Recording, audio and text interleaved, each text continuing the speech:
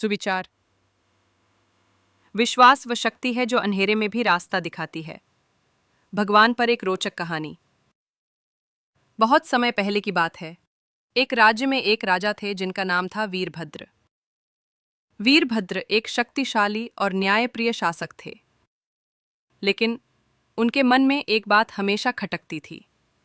उन्हें लगता था कि उनके राज्य में एक प्राचीन मंदिर है जहाँ के लोग भगवान की पूजा एक ऐसे तरीके से करते हैं जिसे वो समझ नहीं पाते थे। मंदिर में भगवान की कोई मूर्ति नहीं थी, बस एक खाली वेदी थी।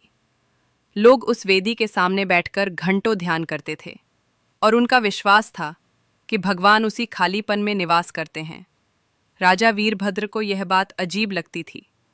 उन्हें लगता था कि भगवान को देखने, महसूस करने और उनकी पूजा करने के लिए एक रूप की आवश्यकता होती है। उन्होंने कई विद्वानों, पुजारियों और दार्शनिकों से इस बारे में बात की, लेकिन कोई भी उन्हें संतुष्ट नहीं कर पाया। एक दिन राजा ने एक बहुत ही अनुभवी और ज्ञानी ऋषि को अपने दरबार में बुलाया।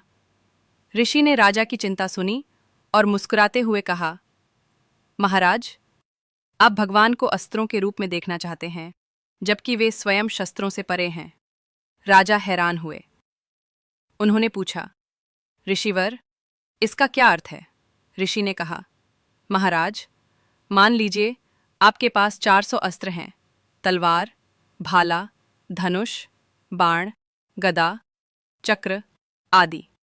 ये सभी अस्त्र शक्तिशाली हैं, लेकिन क्या आप इन अस्त्रों में से किसी एक को भगवान कहेंगे? नहीं, क्योंकि ये अस्त्र केवल साधन हैं।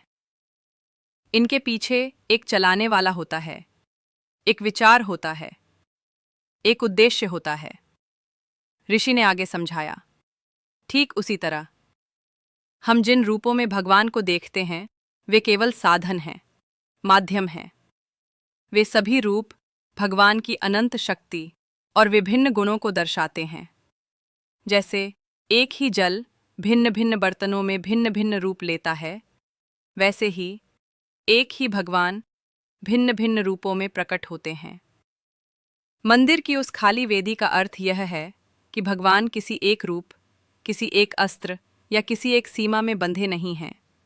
वे सर्वव्यापी हैं, निराकार हैं और कण कण में समाये हुए हैं। वे ही इन 400 अस्त्रों को बनाने वाले हैं, चलाने वाले हैं और इनमें शक्ति भर